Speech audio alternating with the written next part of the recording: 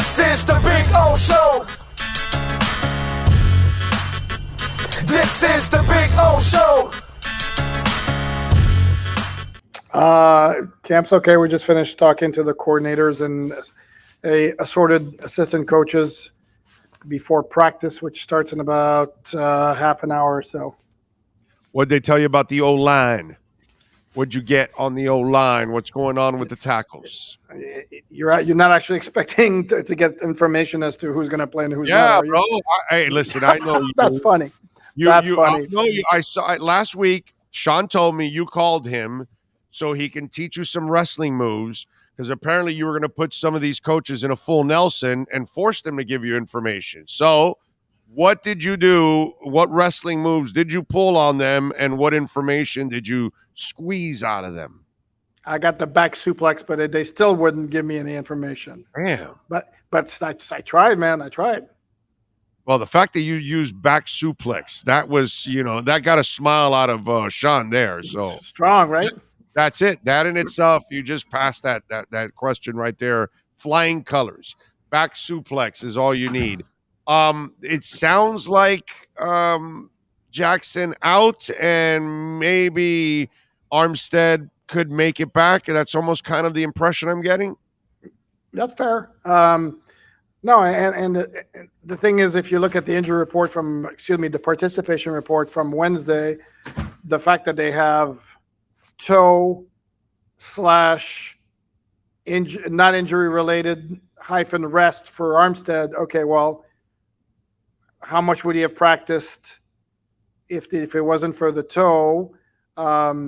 Would he have been full? Would he have been limited? Right. And then you take McDaniel's comments before practice yesterday when he said it's very kind of ominous, saying he's battled injuries throughout his career and he's played through them, and we'll see later in the week. So I don't know. I mean, best guess, and this is purely a guess, Jackson definitely out and Armstead 50-50. How's that? That's good. It's good. By the way, people are enraged on the chat board. No Expos hat. Just saying, bro. I know. You hold the standard, and then you're not upholding that standard. That's a problem on the show. It's a problem on the show. No, and I am covered with shame, actually. I don't know if you can see it, but I am completely ashamed of myself. Yeah, you should be. You should be incredibly ashamed of yourself. That your fellow Frenchmen in Montreal are ashamed of you, that you are not, representing l'Exposé. I know. It'll be back for the next appearance, I promise. Okay. All right. What are you expecting overall? If are there going to be any changes, you think, on the O-line? Are you guessing, or what did you see yesterday as the starting five when you went out to practice?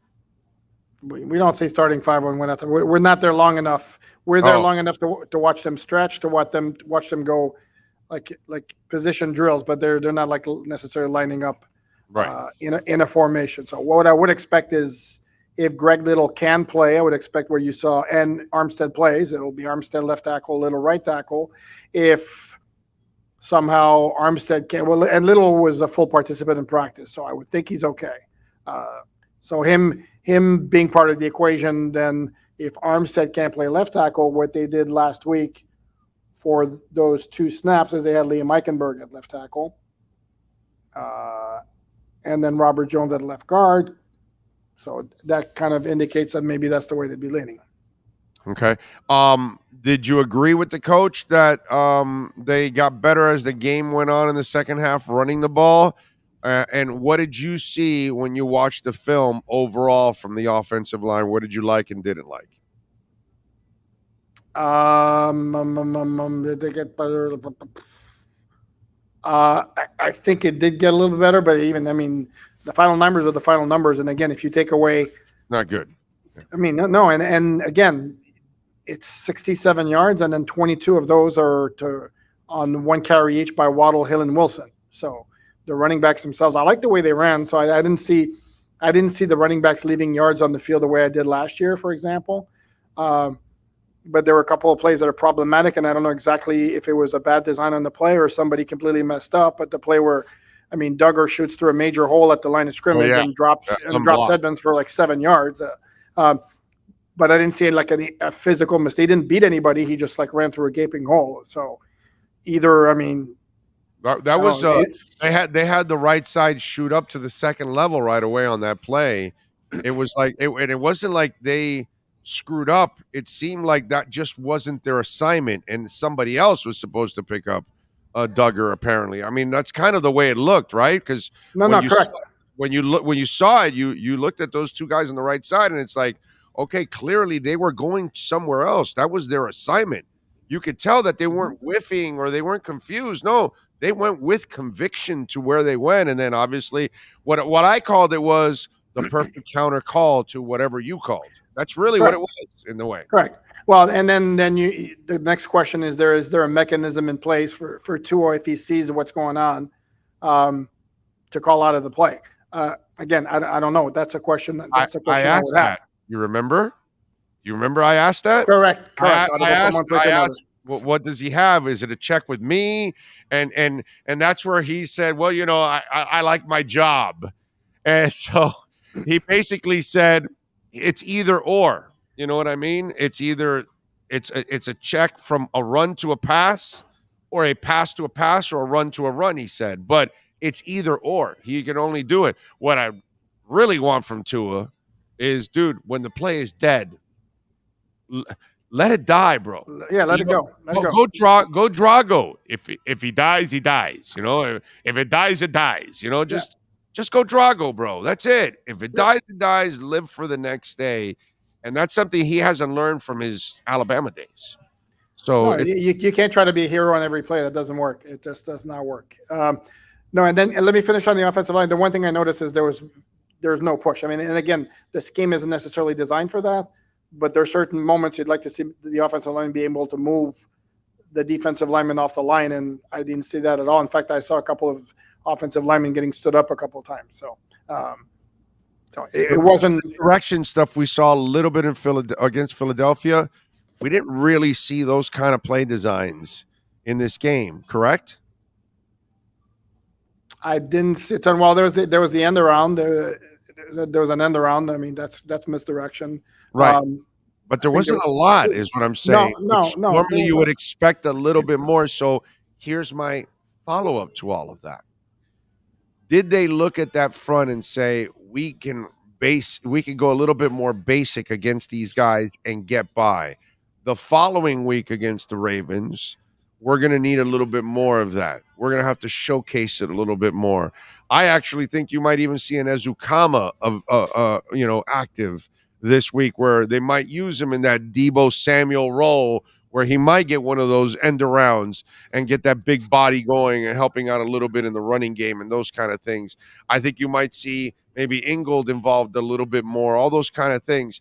I almost feel like, the myth is that he's game plan specific, right? Supposedly, like Belichick does.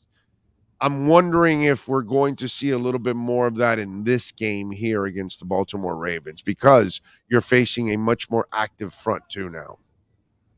You're also facing a team that played a lot of 6 DB formations against the Jets in the opener, and maybe they're going to do that again to try to prevent and protect against Hill and Waddle's speed.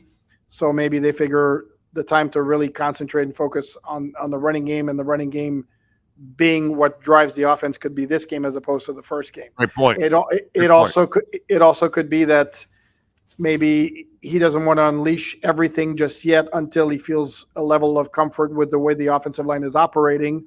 And then once he gets there, he'll be like, okay, now I'm going to throw everything at you. So there are a couple of possibilities, I think. And again, it wasn't an overwhelming performance on offense in any way, shape, or form, but they didn't need it to be because the defense was controlling the game. Right. Yeah. The good thing is that game was never in doubt. So there really should be no panic about anything going on. But eventually you do want to play. But now, listen, again, they're going to have to. Yeah. Let's give the Patriots some credit. You are facing one hell of a defense, okay? So that's not an easy team to have success on. And you had more success in the passing game than most of the time last year as it is. So that in itself was a step forward. True. I mean, I'll reserve judgment on New England until I see a couple more games. I wasn't overwhelmed by what they had. There's nothing about their team that jumps out. I mean, they have some good players. On offense, I'm not impressed, but on defense, they have some players, bro. Right? You don't find Duggar's very good, and Matthew Judon's a very good pass rusher. Outside of that, I mean, they have some solid. Devin McCourty's a good city. Wise is solid on the other side. Correct, but solid. Godchow is a solid defensive tackle too. And what the other guy's actually better than Godchow. He's a little better than Godchow. What's his name, bro? Christian Barmore. But yeah, they neutralized him. He didn't do anything in the game Sunday. Oh. Barely noticed him. Connor's a bitch, dude. Connor's a bitch. I know. Pro Football Focus loved his work. I didn't see it enough to be honest with you, but I know Pro Football Focus graded him, I think, as the number one. I didn't go by that, but I go by what I saw, and that mother can block. He can block, bro. I can see why they wanted him there, because for your quarterback, you need somebody stout up front, and all he has to do is fine tune that snap. That's an aggressive son bitch, bro. I like him. No, he's been aggressive. No, he only had the bad snap. I mean, the first one. Of course, it had to be the first one right off the bat. Like, oopsie. Right. But overall, pretty good. Hey, listen, I was talking about this a couple of days ago. If you really watch every game, almost every center probably has a snap that's a little low, a little high, or whatever in almost every game. It's not like every single snap is right at the numbers. Sometimes guys do it in games where they have a snapper or two in a game that wasn't perfect. So it's not the worst for Connor.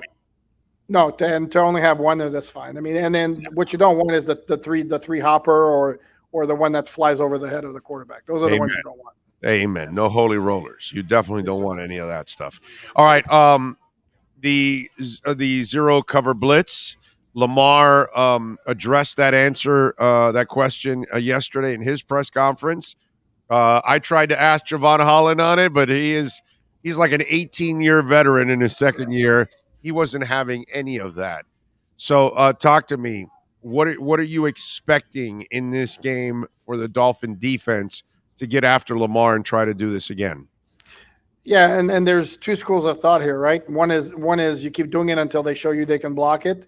And then the other one is, you know what, let's throw something completely different at them and completely fool them because they're probably expecting the cover zero blitz.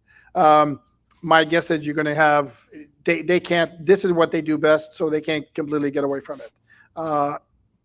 So I don't expect them to all of a sudden play softer and go in a different direction. Kind of zone now, play a three cover shell or something at this. Yeah, right. I don't expect them to completely change. That is a great point on your part because they're not really suited to do some of those other things. They're actually suited to do this. Get after your ass and leave guys out on an island out there. Correct. And I've never seen, I mean, Lamar Jackson looked completely overwhelmed last year by the blitzes. And the comment that he said that we were caught off guard was very eye-opening. And this wasn't the first time in the last couple of years the Dolphin defense did that to opponents. So I trust that there's going to be a significant amount of blitzing. He says they have something to counter it. I'm just wondering. Like what? Yeah, that's what I'm wondering. Like what? And what did you learn in the offseason that makes you better prepared for this unless you live it and try to, beat it while it's going on? And you've got the other thing is credit to the Dolphins because on the flip side, like what you just said, this is how they're built. They're really not built other ways that they can really change it up too much. Well, on the flip side, there aren't a lot of people in the league that can actually go at Lamar that way because you have to be built that way in order to do it also. So Lamar's not going to get a lot of those opportunities for people to play that cover on him where he gets enough practice to see if he can beat it. And so that's why for me, I'm with you, dude. Attack them, and until they prove it, I would take that attitude. Show me that you can beat this cover zero blitz. No, I agree. And the thing that you have to be very careful and you have to be on point with if you're the Dolphin defense is lane responsibility because if you go all out and you miss him and then somebody's not in the lane he's supposed to be filling and there's some kind of gap, that dude's kind of able and has the ability to take full advantage of it, and you might see him 30 yards on the field. So here's the thing, though. It's easy to say we're going to throw everybody at Lamar because we have the cornerbacks who can cover one-on-one. That's great, but you also have to be very disciplined up front in maintaining your gap integrity. Big time. People are asking, what does Poop think about the secondary for the Ravens? What do you think? Well, they lost Kyle Fuller, who started a cornerback for them last week. Big time. Correct. Marcus Peters practiced yesterday. Got back. Yeah, he just got back. Correct. So I don't know if he's playing. Like, for example, Ronnie Stanley practiced yesterday, and I'm told though he's not. There's no way he's playing. I don't know that much about the second. I mean, Flacco got a lot of yards. I mean, he got over 300 yards, but a lot of it was in garbage time after the game was out of reach. Like I said, they played an awful lot of 6 DBs. They drafted Kyle Hamilton, who, from my understanding, is actually the number 3 guy over there, behind Marcus Williams, who they signed in the offseason from the Saints, and their other safety is going to escape me. No, I do think actually, I think the Baltimore defense and their front seven, because here, stop me if you've heard this before, is very physical. Calais Campbell, our good friend from the University of Miami, who's just still going, hell of a player. He's a handful up front. I would expect the Baltimore defense to be a challenge, and their secondary. And here's the thing too: the important point that needs to be made, and I hope that few people hang their hat too much on the game last year when it comes to what the Dolphin offense was able to do, because that Baltimore secondary was decimated last year when they came to Hard Rock Stadium, and they were, coverage busts all over the place. If you recall that game, they had 3 plays and then one with Brissett, 2 with Tua after he came into the game, where the Dolphin receivers were completely left wide open because somebody blew a coverage. Yeah. And that's not Baltimore-like. And part of it was, and my buddy who covers the Ravens told me that was an issue. Once they had all the injuries, that's an issue that was constant. That's really not typical of Baltimore. I would expect that the secondary cover is going to be a whole lot tighter than it was last year in that Thursday night game. All right. What's the prediction, Alain? Oh, I have to do one now, don't I? Since we don't speak until after the game. It's Thursday. Let's go. Cough it up. Get off the fence. No straddling here. Okay, and I'm gonna preface it by saying I reserve the right to change my mind before it appears on alldolphins.com on Saturday, which is when the official prediction is made. For now, right, so that means you're gonna have to call us for 2 minutes in the pregame show and make that change. You're gonna have to go Michael Jackson on Sunday's pregame show and make that change. Is that a Michael Jackson reference? I didn't even get that. Sorry. Yeah, make that change. The song. Change. I'm not, Come on, he says make that change. That I'm line. not familiar with that song. Sorry, I'm not familiar with that song. I don't know. Again, it's still early in the season. I'm kind of when the schedule first came out, my thought was there's no way the Dolphins can. That's a hell of a game for the Dolphins to try to win. You really don't know "Man in the Mirror" from Michael Jackson? I do. I didn't know it was a lyric in "Man." I do know "Man in the Mirror." Make that change. Yeah, because you look at "Man in the Mirror." Make that change. Okay.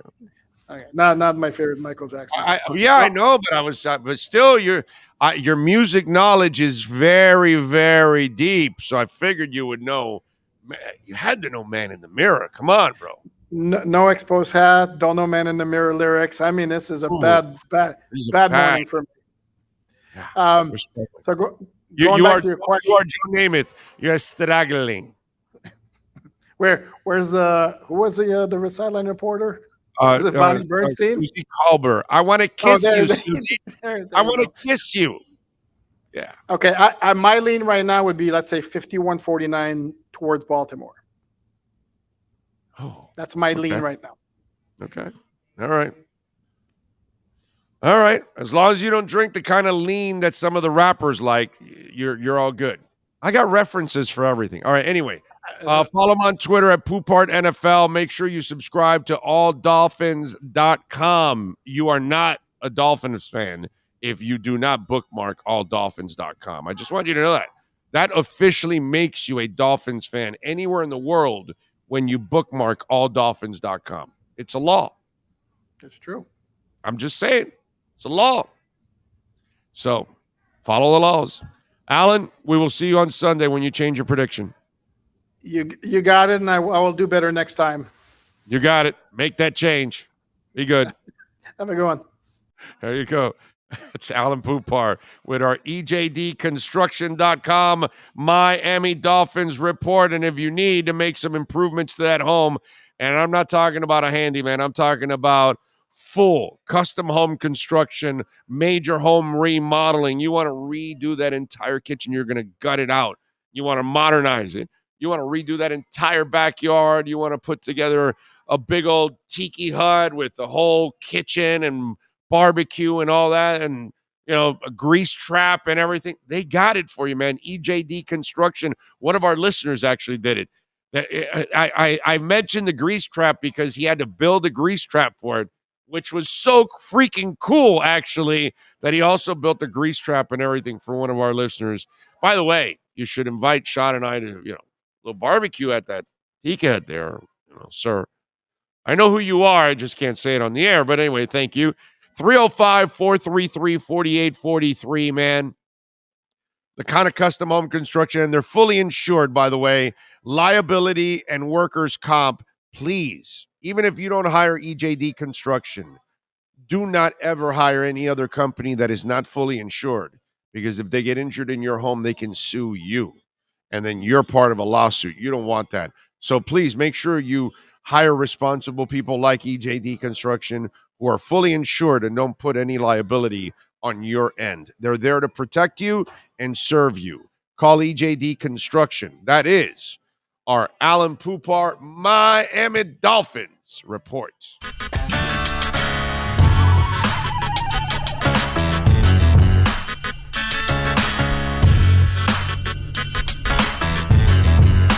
This is the Big O Show. This is the Big O Show.